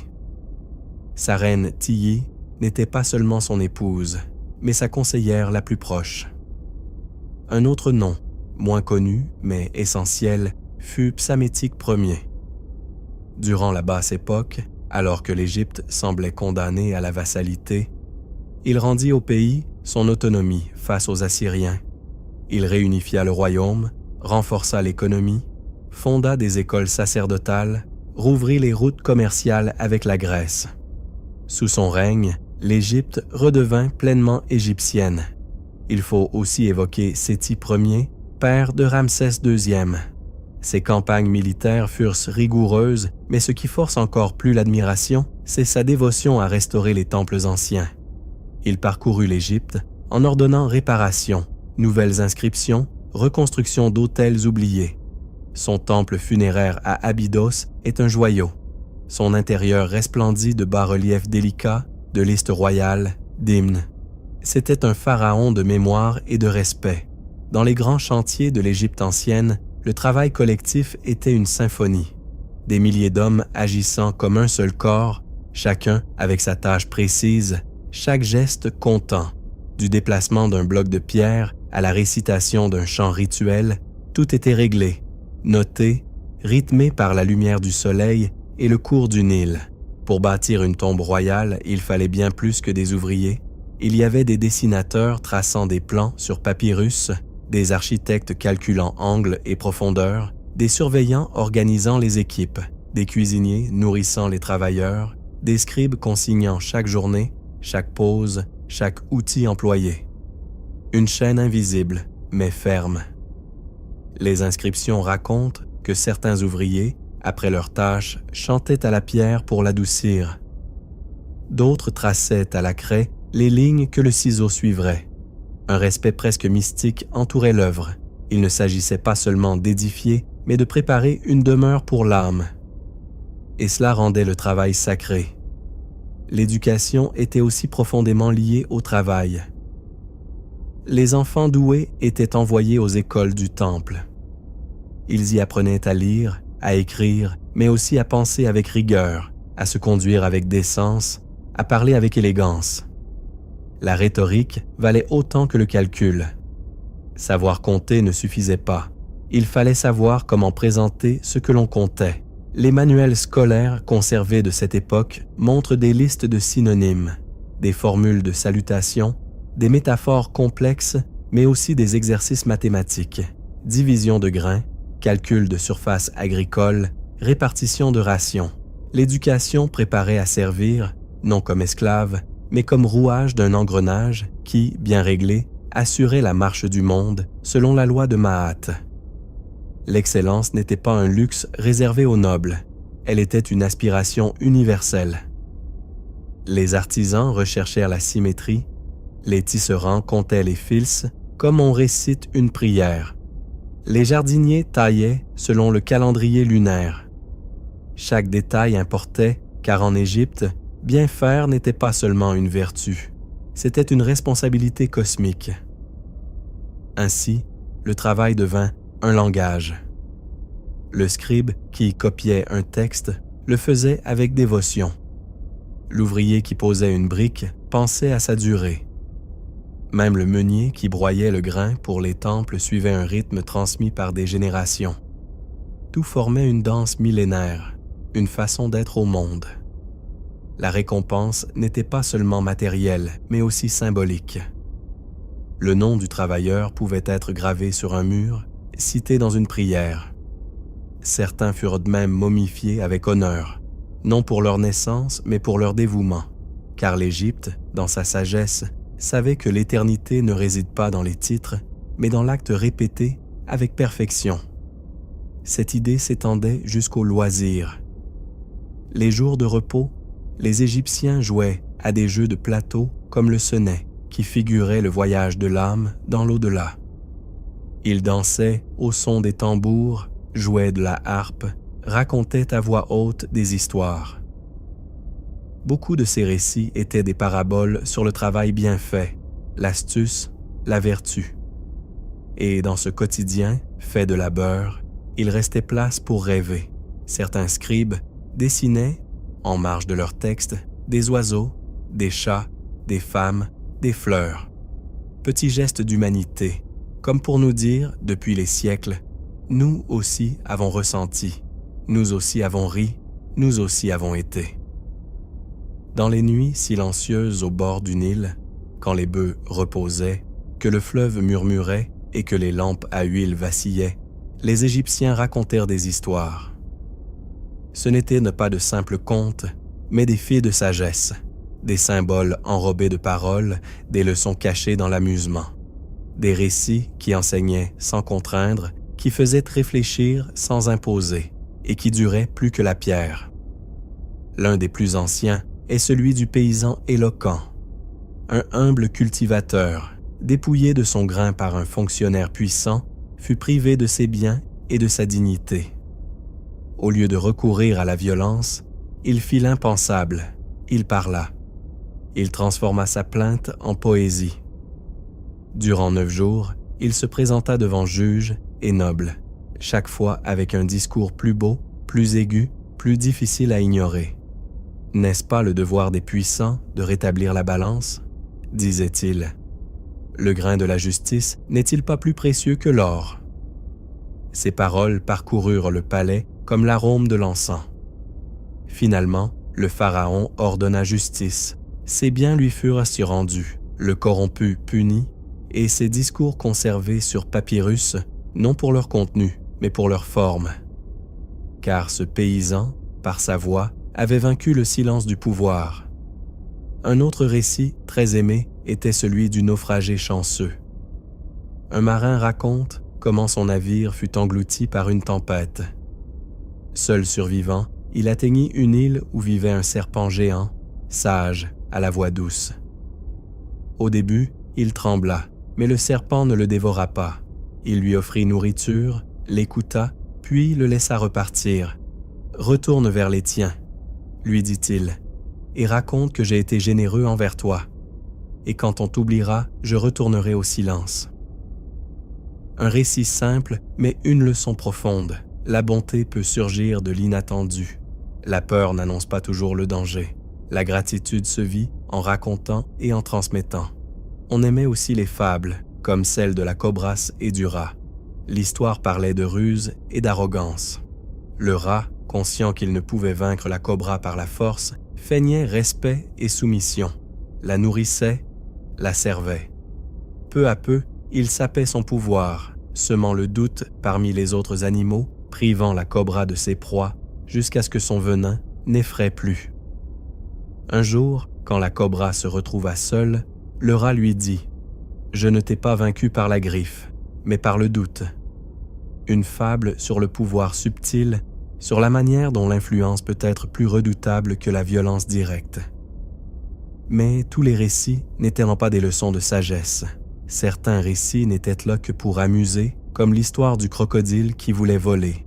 Créature absurde qui, voyant les oiseaux franchir le ciel, décida qu'il devait lui aussi s'élever. Il sautait des rochers, s'attachait des palmes aux pattes, chantait comme une grue, jusqu'au jour où il s'écrasa sur un prêtre qui le maudit pour 100 lunes. Le conte se terminait dans un éclat de rire, mais portait aussi un avertissement. Tous les désirs ne sont pas faits pour être exaucés. D'autres récits étaient héroïques, comme celui de Sinoué, noble fuyant après la mort du pharaon. Il vécut en terres étrangères, devint chef, père, sage, mais n'oublia jamais son origine. Vieillard, il revint en Égypte. Le nouveau pharaon l'accueillit avec honneur, lui offrit une tombe digne. Dans son cœur, Sinoué retrouva son intégrité. Un récit d'identité, d'appartenance, de retour, et dans chacun de ses contes brillait une constante, la valeur de la parole, non pas l'épée ni la richesse, mais la parole qui persuade, qui console, qui ordonne. Les Égyptiens croyaient que le monde avait été créé par la parole de Ptah, que l'âme possédait 7 noms, que dire une chose, c'était lui donner forme. Raconter devenait presque un acte magique.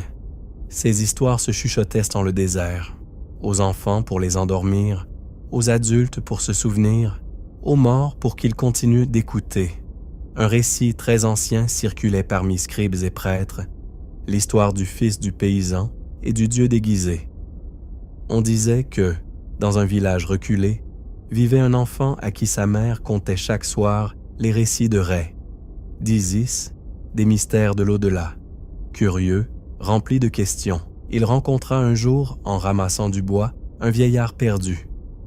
Il lui offrit pain et eau, inventa une histoire sur des arbres qui chantaient dans leurs songes. Le vieillard l'écouta en silence, puis posa sa main sur son front. « Tes paroles ont du poids, ton cœur voit. » Et il disparut dans les roseaux. Des années plus tard, devenu scribe, l'enfant reconnut ce visage peint sur un mur.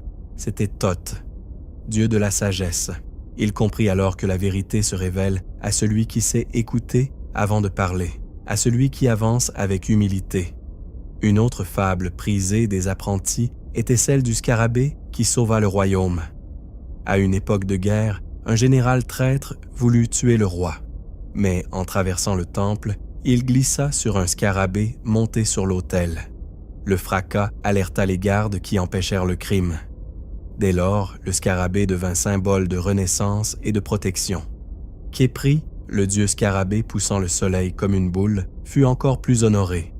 Leçon claire: le minuscule peut protéger le grand, l'invisible soutenir l'éternel. Il y avait aussi le récit de la femme qui trompa la sphinx.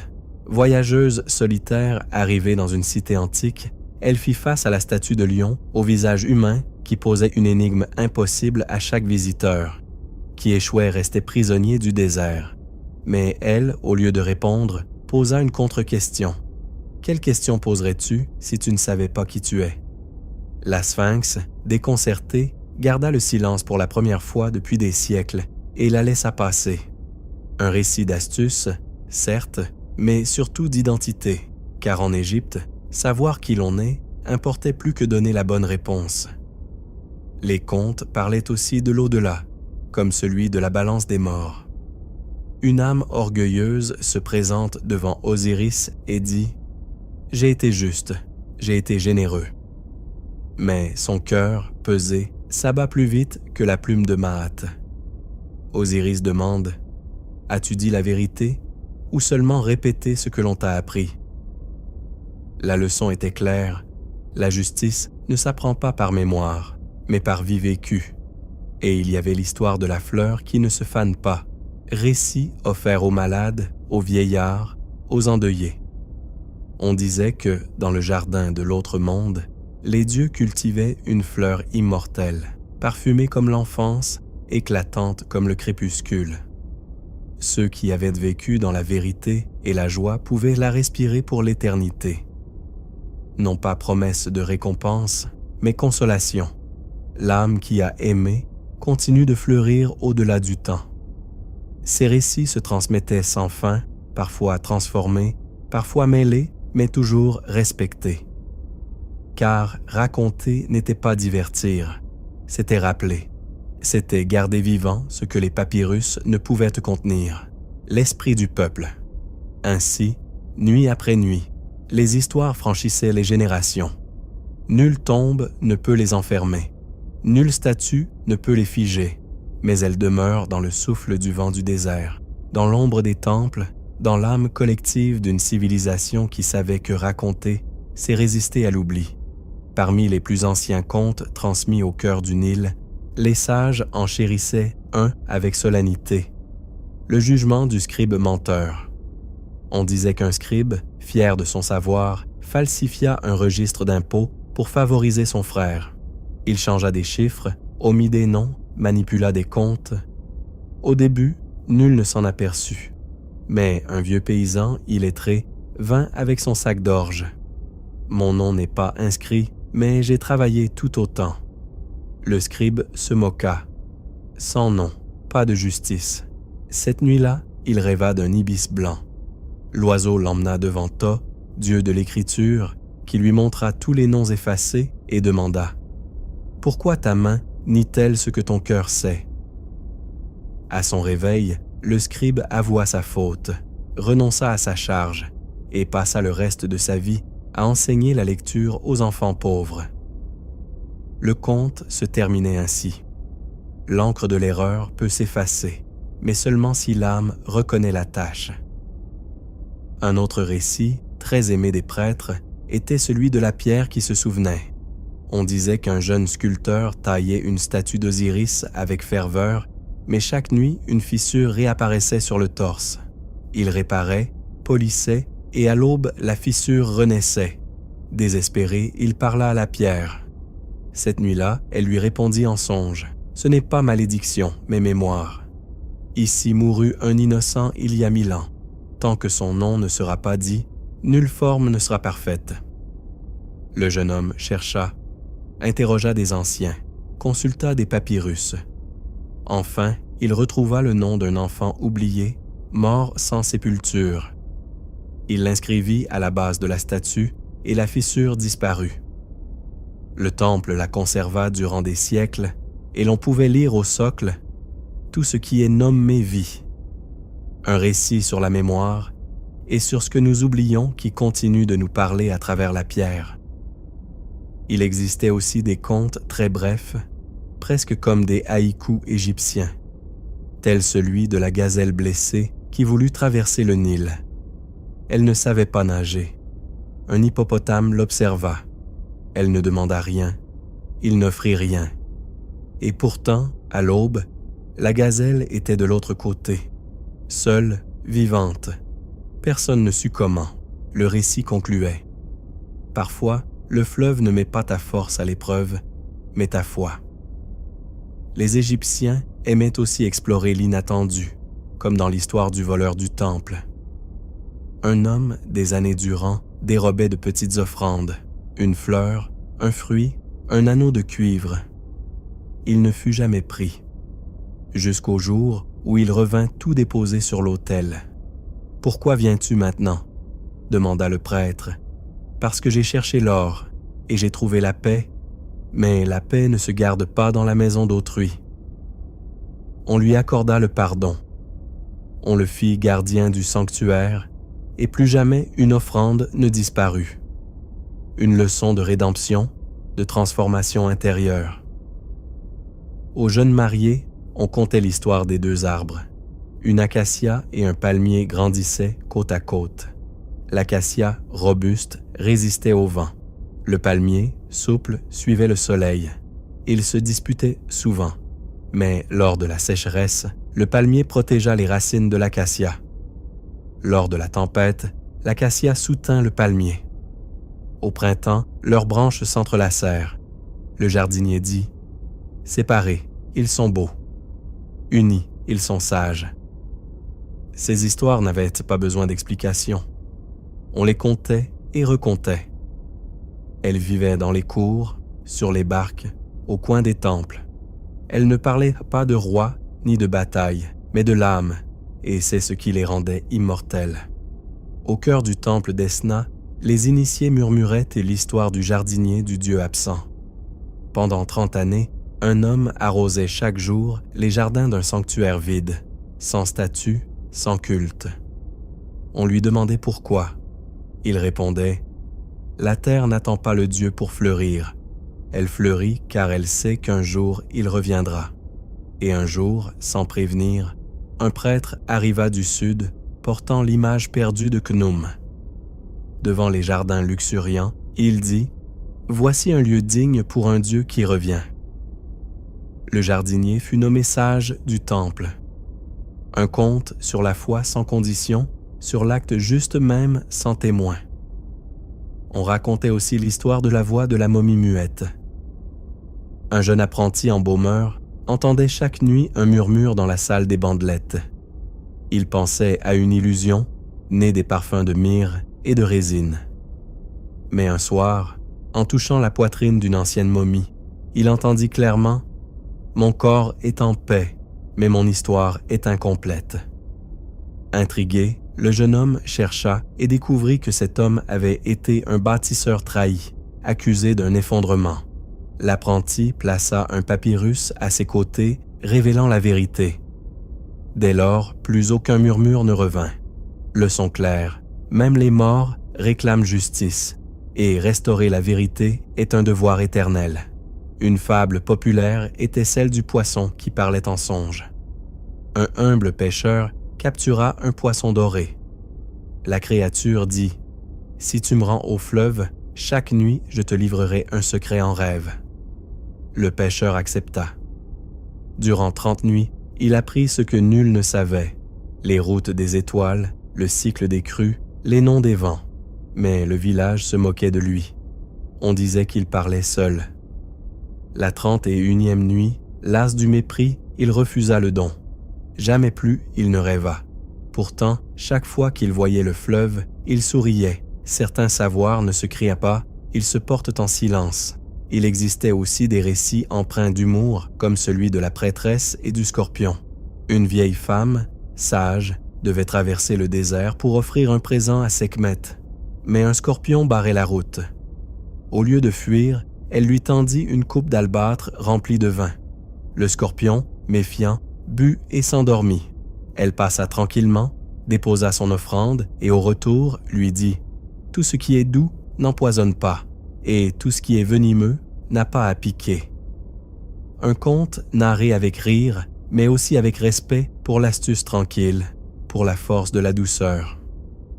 D'autres récits traversèrent les générations, comme celui des 7 papyrus du destin. On disait qu'un vieux scribe, avant de mourir, avait caché 7 rouleaux dans différentes cités. Chacun contenait une vérité sur l'âme, le pouvoir, la mort, le temps. 100 ans plus tard, 7 jeunes, chacun issus d'une région, les découvrirent. En les réunissant, ils virent que ces textes n'étaient pas des règles, mais des questions. Que feras-tu quand nul ne te voit? Que laisseras-tu sans nom? Quelle part de toi vivra quand tu te tairas?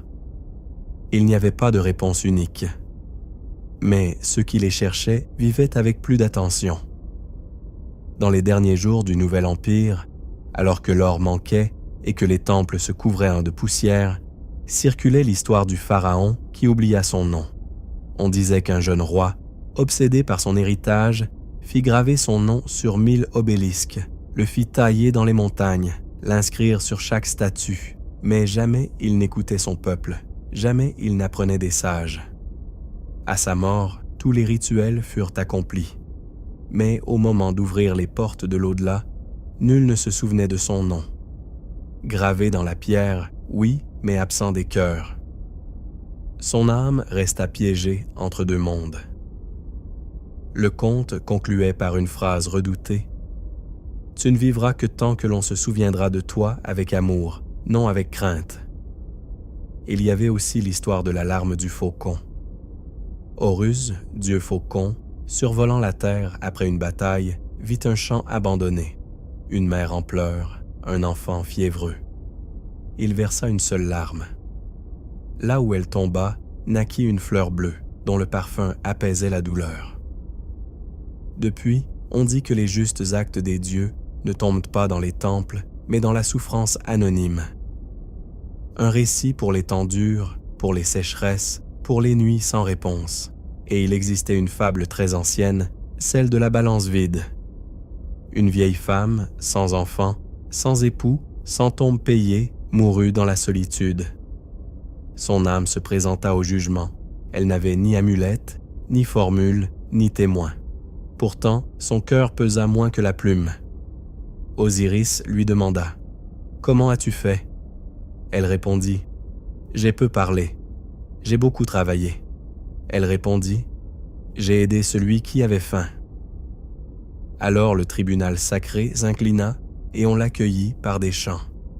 Car en Égypte, la morale n'était pas un décalogue, mais une pratique quotidienne. Et il existait une dernière histoire que les anciens conteurs murmuraient à voix basse, comme un secret, le conte sans fin. On disait qu'une scribe, renommée pour sa sagesse, écrivit un récit si beau que le papyrus refusait d'être clos. Chaque fois qu'elle voulait le terminer, l'encre s'effaçait. Elle consulta Dieu, ancien, poète, mais nul ne put l'aider. Alors elle comprit, ce récit ne devait pas se clore. il devait être poursuivi par celui qui le lirait.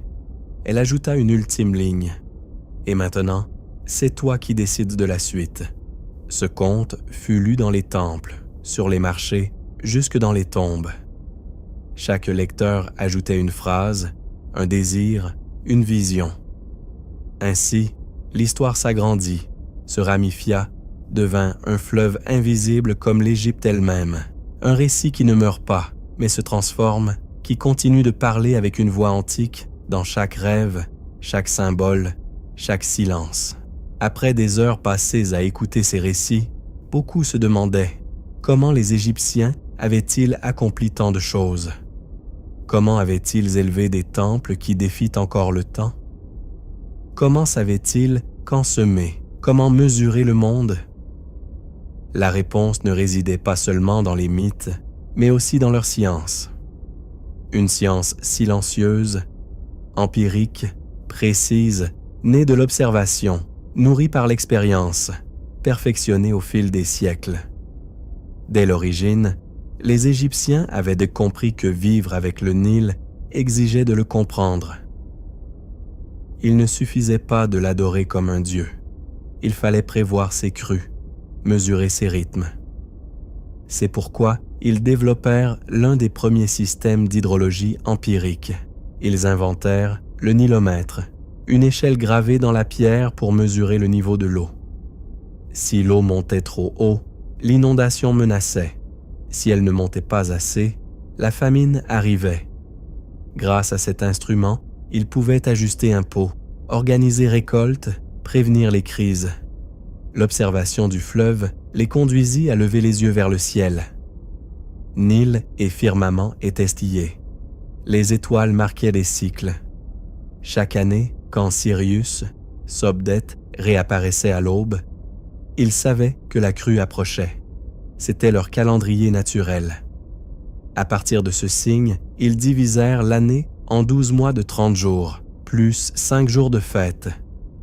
Un calendrier solaire d'une exactitude étonnante, qui permit à leur société de s'organiser avec une régularité admirable. Les prêtres des temples étaient aussi astronomes. Depuis les terrasses, avec des instruments rudimentaires, ils suivaient le mouvement des constellations. Non seulement pour l'agriculture, mais aussi pour les rituels. Chaque dieu avait son heure, chaque cérémonie son instant céleste. Ainsi, naquit le concept des décans, petite division du temps basée sur des étoiles précises, une sorte d'horloge céleste. L'architecture égyptienne, loin d'être seulement majestueuse, était d'une technicité profonde. Pour aligner une pyramide sur les points cardinaux, ils utilisaient l'ombre d'un gnomon et traçaient des cercles au sol. Les angles étaient mesurés avec des cordes tendues par des étireurs de cordes, topographes spécialisés. Leurs outils étaient simples, équerres, niveaux à eau, fils à plomb, mais leur précision était millimétrique. Les blocs étaient transportés sur des traîneaux glissant sur du sable humidifié, réduisant la friction, détail confirmé par des reliefs et des expériences modernes. Tout était calculé. Orientation des galeries, pente d'accès, ventilation. La Grande Pyramide n'était pas un miracle, mais une œuvre de planification technique. En médecine, ils laissèrent des traités remarquables. Le papyrus Edwin Smith, par exemple, décrit des cas chirurgicaux qui étonnent encore. Fracture du crâne, luxation, plaies ouvertes. Chaque cas comportait diagnostic, traitement, pronostic. Cette blessure est traitable. Cette blessure est grave, mais non mortelle. Cette blessure n'a pas de remède, console le malade. Ce n'était pas superstition, mais médecine d'observation. Ils utilisaient des bandages de lin, des crèmes au miel, antibiotiques naturels, des huiles, des cataplasmes d'argile, mais aussi des sutures, des drainages, des attelles. Et dans les cas extrêmes, ils savaient quand laisser le corps décider seul. Pour eux, soigner ne signifiait pas seulement réparer la chair, c'était restaurer l'équilibre de l'être. Corps, pensée, non. Ombre, essence et âme. Cette vision holistique les mena à une médecine qui alliait savoir empirique et pratiques spirituelles structurées. Au cœur des temples, les prêtres médecins pratiquaient la Sceau, l'art de protéger le corps par les mots, les gestes, les substances. Ils commençaient souvent par un examen physique. Peau, yeux, pouls, souffle, mais observaient aussi le cas et le bas, les aspects vitaux de l'âme. Une maladie pouvait venir de parasites ou d'un déséquilibre entre désir et devoir. C'est pourquoi les remèdes mêlaient onguents et incantations, une potion pour la douleur, un chant pour la culpabilité. Bois cette infusion d'oignon et récite Isis à chaque gorgée. L'efficacité ne venait pas seulement des ingrédients, mais du rituel lui-même. La foi était partie intégrante du traitement. Même la momification, que nous voyons comme un rite funéraire, était en réalité un chef-d'œuvre d'ingénierie biologique et spirituelle. Elle commençait par l'extraction soigneuse des organes, traités séparément, chacun confié à une divinité. Le foie revenait à Imseti, les poumons à Hapi, l'estomac à Douamoutef et les intestins à Kebesenouf.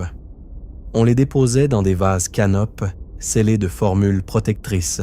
Le corps était ensuite desséché au moyen du natron, mélange naturel de sel, de carbonate et de bicarbonate de sodium, durant 40 jours. Puis on le remplissait de lin, de résine, de myrrhe. Les cavités étaient closes à la cire et l'on enveloppait le défunt avec soin, bande après bande, tandis que les prêtres récitaient des passages du livre des morts. Il ne s'agissait pas seulement de conserver, mais de transformer le corps en véhicule apte à l'éternité. Les yeux pouvaient être reconstitués avec des oignons ou du cristal. Le cœur, parfois, restait à l'intérieur.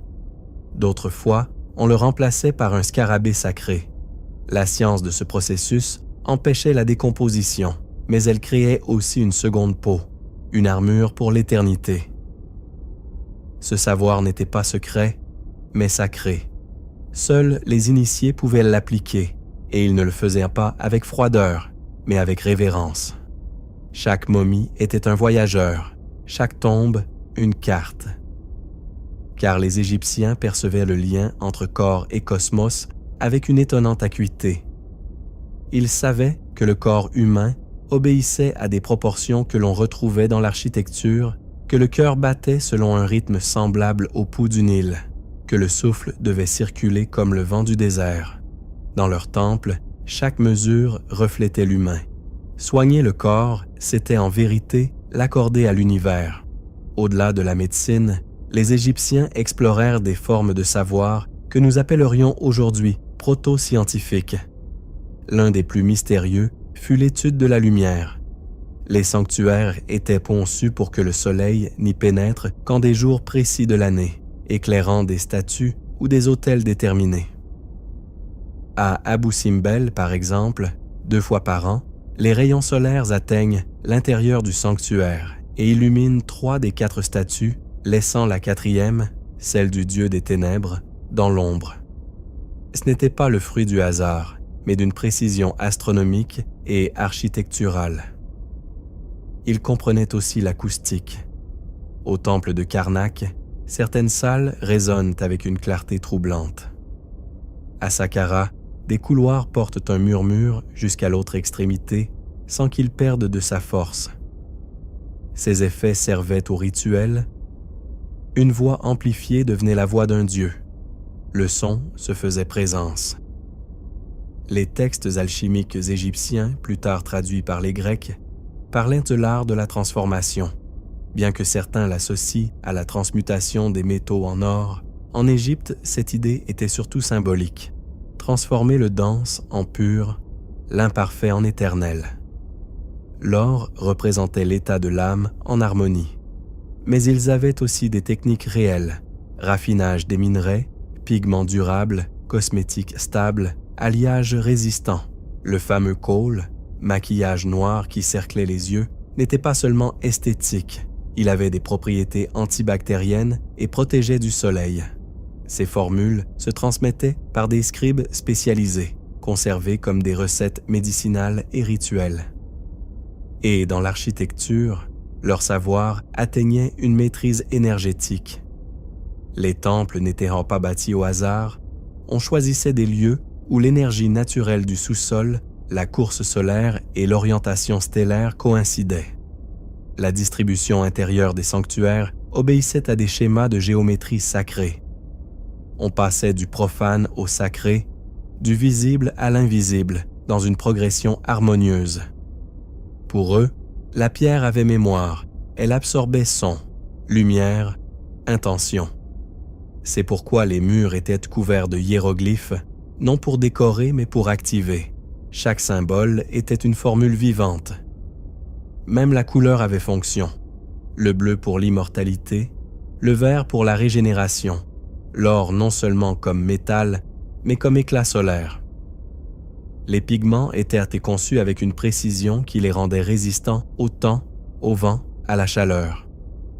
Ainsi, science et spiritualité n'étaient pas séparées. Elles formaient un seul corps, une seule vision, une manière d'habiter le monde où tout avait un but, s'aligner sur l'ordre universel. Au cœur de la vie égyptienne se trouvait l'agriculture. Mais ce n'était pas une activité rudimentaire, c'était une science appliquée au sol, au climat, à l'économie, au temps. Semer, récolter, distribuer, autant de tâches de précision où derrière chaque épi de blé se cachait calcul, observation, mémoire. Le cycle agricole suivait 3 saisons. Akhet, la crue, Péret, les semailles, Chému, la récolte. Chacune avait ses tâches.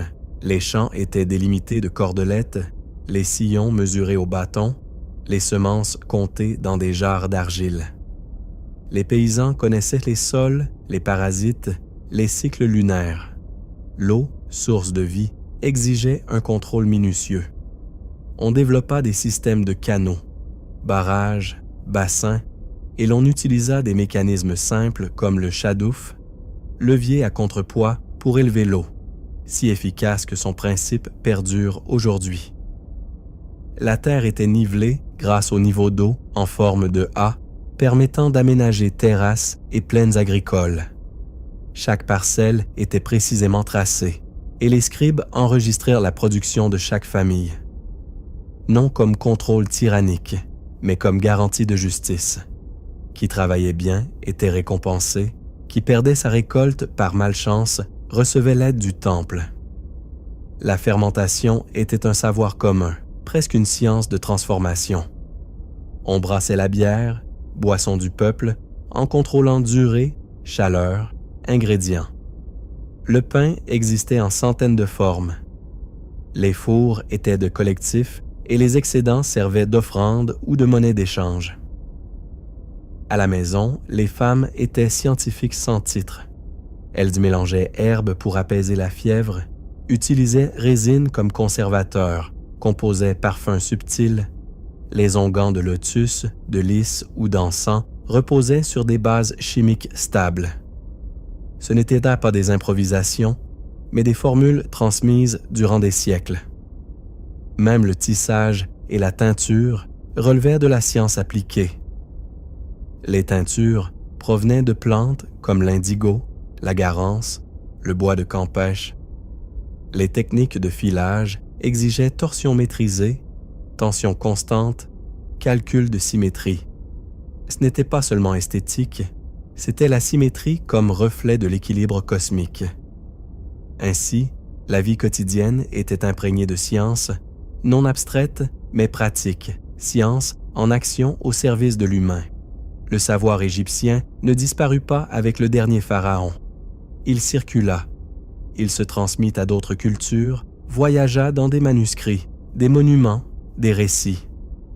Les Grecs, fascinés, vinrent apprendre dans les temples. Pythagore étudia en Égypte, tout comme Thalès, de Milet, Démocrite, Platon. Beaucoup de textes furent traduits en grec puis en arabe. Certains se perdirent, d'autres changèrent de forme, mais leur cœur survécut. L'idée que le monde est un système harmonieux, mesurable, intelligible. Ce fut une semence pour la science classique, pour la médecine islamique, pour l'alchimie médiévale, pour la géométrie de la Renaissance. Les obélisques furent étudiés comme cadrans solaires, les temples comme modèles d'acoustique et de climatisation, les papyrus médicaux comme ancêtres de l'anatomie. Les mathématiques égyptiennes inspirèrent les Arabes dans le développement de l'algèbre et leur architecture motiva des générations d'ingénieurs. Aujourd'hui encore, scientifiques et historiens redécouvrent ce qu'ils savaient. Les scanners modernes confirment que certaines momies avaient reçu des traitements cérébraux. Les modèles numériques montrent que leurs alignements solaires étaient exacts. Les analyses chimiques révèlent que leurs pigments duraient plus que beaucoup des nôtres. Mais leur plus grand héritage n'est pas technique, il est philosophique. L'idée que la science doit servir l'harmonie. Que savoir, ce n'est pas dominer, mais comprendre. Que mesurer est une forme de respect, que la précision n'exclut pas la beauté, mais la contient. Pour les Égyptiens, la formule parfaite n'était pas un nombre, mais un geste bien fait, un temple bien orienté, une parole bien dite. Et peut-être est-ce pour cela qu'encore aujourd'hui, en entrant dans leur temple, nous ressentons plus que de l'admiration. Nous sentons que tout fait sens, car si pour nous le temps est flèche, allant droit vers l'avant, pour eux il était spirale, respiration du cosmos. 2 mots le désignaient, Néhé et Djet. Le premier, Néhé, était le temps cyclique, celui des jours, des années, des saisons, le temps de Ré qui meurt chaque nuit et renaît chaque matin, le temps du mouvement, du retour. Le second, Djet, était le temps éternel, celui des dieux, celui de ce qui demeure au-delà du temps même, le temps d'Osiris, le temps de l'au-delà, temps immobile, temps d'être. Vivre, c'était habiter les deux, cheminer dans Néhé pour accéder à Djet. C'est pourquoi tout en Égypte fut conçu pour durer, temple, tombe, nom, récit, car le temps ne se mesurait pas seulement en jours vécus, mais en mémoire suscitée. Chaque cérémonie répétait un acte premier, chaque rite ne commémorait pas, il recréait. Célébrer Osiris, ce n'était pas rappeler, c'était revivre. Allumer une flamme, ce n'était pas symboliser le soleil, c'était l'appeler. Même l'architecture le reflétait. Traverser un temple, c'était marcher dans le temps, de l'obscurité vers la lumière, du chaos vers l'ordre, du commencement vers la renaissance. Et ainsi, l'Égyptien ne se sentait pas prisonnier de l'horloge. Il sentait que chaque geste, répété avec vérité, pouvait toucher l'éternité. Dans la pensée égyptienne, le destin n'était pas une chaîne, ni un chemin fermé. Il ressemblait plutôt à un réseau, une tension subtile entre ce qui est prévu et ce qui est choisi, entre la structure du cosmos et la liberté de l'âme en son sein. Ce réseau portait un nom, Ma'at. Elle n'était pas seulement une déesse, mais le principe même de l'ordre universel, de la justice, de l'harmonie, de l'équilibre. Ma'at n'imposait pas, elle inspirait. Le monde fonctionnait lorsque chaque être agissait selon elle. Il ne s'agissait pas d'obéir aveuglément, mais de comprendre la place que l'on occupe, comme un musicien dans une grande symphonie. Il peut improviser, oui, mais seulement s'il respecte la mélodie de l'ensemble. Ainsi, le destin de chacun se tissait avec ses propres actes. Il n'était pas rigide, mais mouvant. Chaque jour offrait l'occasion de s'approcher ou de s'éloigner de Ma'at. Le jugement final ne mesurait pas les exploits, mais la cohérence. Si ton cœur, symbole de ta vérité intérieure, pesait plus lourd que la plume de Ma'at, tu avais vécu en déséquilibre. S'il était plus léger, tu avais suivi le flux du cosmos. Le livre des morts n'était pas un manuel de punition, mais un guide pour maintenir l'accord entre l'intérieur et l'extérieur, pour rappeler qu'agir avec vérité n'était pas seulement une morale, mais une nécessité existentielle. Les Égyptiens croyaient que chaque âme avait un but, mais aussi qu'elle pouvait s'égarer, et qu'il était toujours possible de revenir au centre, à l'équilibre. De là venait leur respect pour le repentir sincère, pour la réparation, pour le rituel comme correction. Dans ce système, le destin n'annulait pas la liberté. Il la contenait comme un lit de rivière guide l'eau sans l'empêcher de couler. Et c'est pourquoi, dans la vie quotidienne, chaque choix avait poids, non parce qu'il était définitif, mais parce qu'il tissait la texture de l'âme, geste après geste, jusqu'au moment où, devant la balance, l'âme se voyait telle qu'elle était. Dans leur vision, l'éternité n'était pas un état immobile, figé, un ciel glacé où rien ne change. Elle était un processus vivant, une métamorphose constante, un passage de forme en forme, de lumière en lumière, de conscience en conscience. L'après-vie n'était pas une destination finale, mais une continuité aux lois nouvelles, un voyage à travers des paysages, des épreuves, des étapes. C'est pourquoi leurs textes funéraires sont emplis de verbes, d'actions, de métamorphoses. L'âme, composée de multiples aspects, devait franchir des tunnels, affronter des jugements, dialoguer avec des dieux, traverser rivières de feu et champs de papyrus. Non comme châtiment, mais comme chemin d'évolution. Chaque pas était apprentissage, chaque épreuve une occasion de s'affiner, de s'élever. Les amulettes, les rituels, les formules sacrées n'étaient pas des raccourcis, mais des outils pour que l'âme garde son identité à travers le changement. Car l'éternité ne s'atteignait pas en répétant, mais en se souvenant de qui l'on est à travers chaque transformation. La figure de l'escarabée, symbole du dieu Khépri, était centrale. Il représentait le soleil levant, mais aussi l'âme qui se pousse elle-même, qui se recrée chaque jour. L'éternité, c'était cela. Être soi-même, encore et encore au cœur de l'infini. Voilà pourquoi les tombes se couvraient de scènes de semailles, de musique, d'amour, d'études, non comme nostalgie, mais comme affirmation que la vie continue, qu'elle change de plan, oui, mais continue. Le vrai prix n'était pas un paradis immobile, mais la possibilité de continuer à grandir, à aimer, à chercher l'harmonie. En Égypte, l'âme n'était pas une seule entité. Elle était composée de plusieurs parts qui se séparaient, voyageaient, se retrouvaient. Le Ka, force vitale. Le Ba, personnalité mouvante. L'Ak, forme transfigurée. Le Ren, nom éternel. Le Shout, l'ombre. Chacun avait un rôle. Chacun devait être protégé, nourri par des paroles, des actes, des rituels. L'âme était vue comme une voyageuse. Elle traversait les dimensions, dialoguait avec ses mémoires, revenait visiter les vivants en rêve. Les tombes étaient bâties comme des maisons complètes, non pour enfermer les morts, mais pour les accueillir, pour qu'ils puissent reposer et revenir. Les banquets funéraires, les parfums, les chants n'étaient pas nostalgie, mais nourriture symbolique, langage partagé entre les mondes.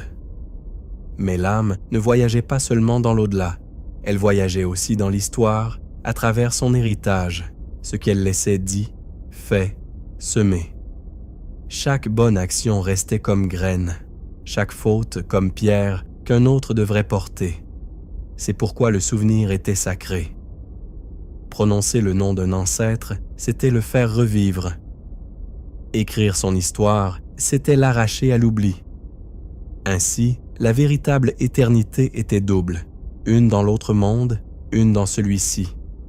Une comme lumière, l'autre comme empreinte. Et toutes deux s'alimentaient l'une l'autre. C'est pourquoi ils bâtissèrent des monuments, non par vanité, mais pour durer. C'est pourquoi ils racontèrent des histoires, non pour divertir, mais pour transmettre. Car ils savaient que l'âme ne meurt pas tant que quelqu'un se souvient de sa vérité. Et de cette manière, l'Égypte demeure vivante, non seulement dans les ruines ou les musées, mais dans chaque esprit qui s'émerveille, dans chaque cœur qui comprend, dans chaque mot qui cherche l'harmonie entre l'ordre et le mystère. Car la philosophie égyptienne n'est pas seulement ancienne, elle est éternelle. Et comme le soleil, comme le Nil, comme l'âme, elle renaît toujours.